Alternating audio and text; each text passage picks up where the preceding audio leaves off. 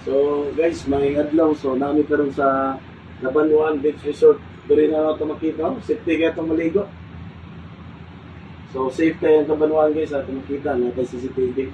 Niya ato mga cottage. Bilog kayo, makita na itong cottage guys.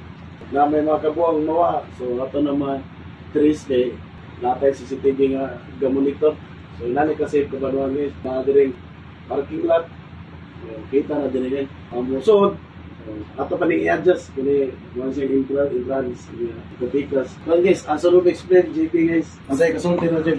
Kuan ang ganing camera setup nato kay kanang nindot gani siya para kanang safe bitaw ang resort bitaw ay mao jud number 1 priority kay balik-balikon mo ta diri kung nay mawa cellphone may nya naday footage day makita ra meaning trusted ang Kabanwaan Beach Resort. Yes. So maayo gyud na setup si TV labi na tin-aw kay siya colored para sureball powered by Ian Chris CCTV.